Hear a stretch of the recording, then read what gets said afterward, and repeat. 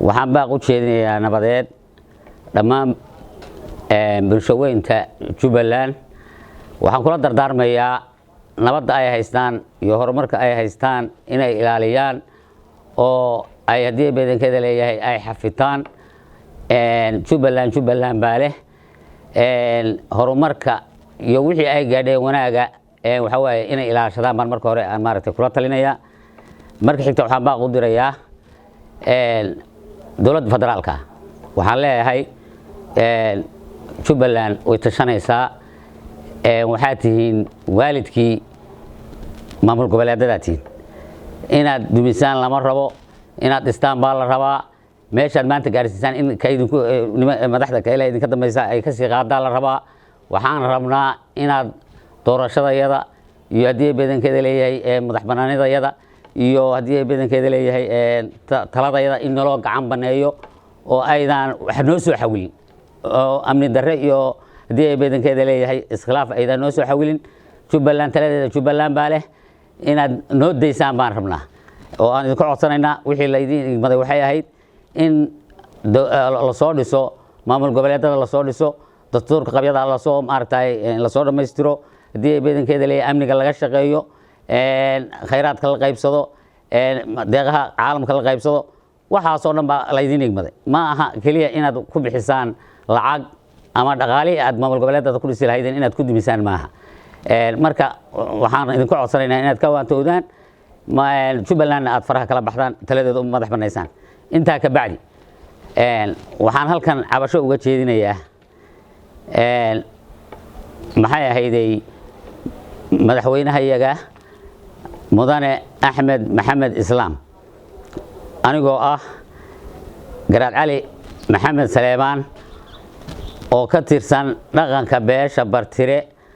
hadii badankeeda leeyahay reer Garaad ah hadii badankeeda leeyahay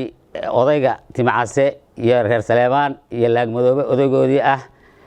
waxaan madaxweynaha cabashadayadu waxa waaye kuraastii Bartire in si cadaalad ah lagu qaybsaday ayaa naloo diiday 2004 ilaa hadda dawladda federaalka ah golaha xukuumadda iyo golaha baarlamaanka qoys baa haysta in jifo hoosaada baa haysata waxaa noo diido naga afduubay Ibrahim Aadan Geedi localkana sidoo kale in jifidiisa uu ku qoray oo Maxamuud Axmed ah Bartire kale banaanka ku horan yahay uu diiday حتى waxaan loo diiday inaanu guddigii doorashooyinka aan la kulano cabashadeeda aan u gudbino iyagii isaystay cabashadii ay qoranayeen meeshii Bartire loogu ballamiyay guddiga doorashooyinka waana laga kiciyay xitaa waxaan leeyahay mudane madaxweyne maamulka dawliga ada madax noogu ah anana dhaqankaanu madax kugu nahay hadii badankeeda leeyahay waxaan rabnaa maanta ada reerka Jubbaland madax u ah inaad u garsoorto laga rabaa cadaalad inaad u samayso laga rabaa reerkii Bartire waa tashan waayay 10 jeer baan gogol dhignay waxba waa nalaga aqbalay waayay waxaana la dhahay kuraastu dhaxal waay rag baa wiilashooda ku waxday taasina sax maaha caalamka gaaliya muslim meel kasto la joogo majority iyo minority waa lagu kala yahay majority meeshan waa nalaga yahay waa sax laakiin maaha minority wax ma laha maaha xuquuq minority xuquuq siyaasadeed waa leeyahay xuquuq deegaanna waa leeyahay waxaan rabnaa annagoo ah beelaha Bartire hadii badankeeda saddex jifi oo walaal ah oo baa haysata kuraasi Bartire dhaxalka Bartirena Bartira iska leh waxaan rabnaa mudane madaxweyne inaad Bartire markuu isku duuban yahay wax ku tara oo adigana ku anfaca Soomaalina anfaca kumadana anfaca hadduu isagu isaysto oo kala tago waxba ma taraayo in maanta aad na soo farageliso oo noo cadaalad samayso oo maalintii bahgarisaysatay sidii aad ugu garsoortay aad noogu garsoorto maalintii bahgarisaysatay dawladda federaalka ahayd aad u garsoortay sidoo kale inaad noogu garsoortaan madaxweyne ka rabnaa cabashadaasaan qabnaa cabashadana waxa dulmigan ugu sameeyay in Aadan Geedi waay intii ku xeereedna waa naga qaban weyn intii ku xeereedna waa naga qaban weyn marka waxaan rabnaa madaxweyne arrinka inaad soo fargeliso annagoo raacayna hadii badankeeda wixii aad noo qaado ku qancayno oo madaxweynaha aad tahay madax meel ka sareyso la salaaxa ma jirto waxaan rabnaa madaxweyne aan ka codsanaynaa Bartire intuu tashanayo ku heshiinayo kuraasta in aad maaragtay noo xanibto oo Bartire aad soo fargeliso oo kuraasta Bartire kumada ku soo celiso intaas aan ka codsanaynaa haddii aan wax qalday nafya shaydaan bay ka ahaatay wixii aan saxayna ilaahay bay ka ahaatay su'aal fiican waaye geed dheer iyo geed gaaban waxaan u fuulay inaan jifida bartira qaybeesha bartira dhexdeeda inaan wax ku xalino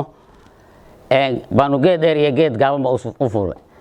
intaasoo gogolood baan dhignay haddii badankeeda ninkii reerka horjoogaha wuxuu noqday nin jifi u ah aan xitaa maxamuud axmed u ahayn xitaa ugaas u ahayn jifi u ah waxaa naloogu jawaabay gacmaha annagaa iskaga gurayna gacmaha annagaa iskaga gurayna idinku xaggaad joogtaan annagaaba gacmaha iskaga gurayna kuraasta waxaad weeye adeer ha wareerine ayr meel ka jooga haddii aanu damcnayn aan la kulanno xitaa guddigii doorashooyinka oo meeshii cabashada ay iyagu markay wax isku haysteen ay u gudbinayaan aan u gudbino oo liiskii 15 qof ahayd ee bartire laga soo qoray aanu ka mid ahayn 3 xubnood aan ku lahayn markaan meesha tagnay waa nalaga istaaji waxaana la dhahay annaga umaanaan soo ballamin idinka reer Saleemaan iyo Laagmadoobe iyo Timacase iyo umaanaan soo ballamin guddiga doorashooyinka waxaan u soo ballaminay Maxamuud Axmed marka cunsuriyadda inta la egbana lagu sameeyay waxaan rabnaa xukuumad baan leenahay dallad weyn oo hukuumada la dhahana waa leenahay oo dhaqan leh waxaan rabnaa haddaan isxallin weynay dadka isxallin waayo walaalahooda ayay u cawdaan oo xalliya dhaqanka hukuumade iyo madaxweynaha waxaan ka codsanaynaa in la xalliyo saasay ku dhacday waa u bandhignay waxa waaye reerka ninbaa shaabadda ugaasnimada haysta ninkii wax ka qaban lahaa wuxuu leeyahay waraa adig reerkaaga aniga kuguma maamule maana reerkayga ugu maamulaysa reerkaaga aniga kuguma maamule ma reerkayga ugu maamulaysa ninkii damca inuu wax saxo oo yiraahdo warna dadka u cadaalad samee waraa aniga sheekada ogaadeenkaad ii keentay ma aniga reerkayga ugu maamule anigu reerkaaga kuguma maamule marka nin qabsoomi waayay buu noqday maadaama qabsoomi waayay madax meel ka sareyso la salaaxa ma jirto madaxweynuhu isaga Jubbaland oo dhan u dhaxa cidiis qabata isaga kala saara waxaan ka codsanaynaa inuu maartay ama guddi noo saaro hukuumadaha oo dhaqanka hukuumadaha ama isagu naxaliyo haddii badankeeda leeyahay uu soo kala dhex galo oo uu u yeero cid aan ka cabanayno uu u yeero ninka aan ka cabanayno uu u yeero annagana noo yeero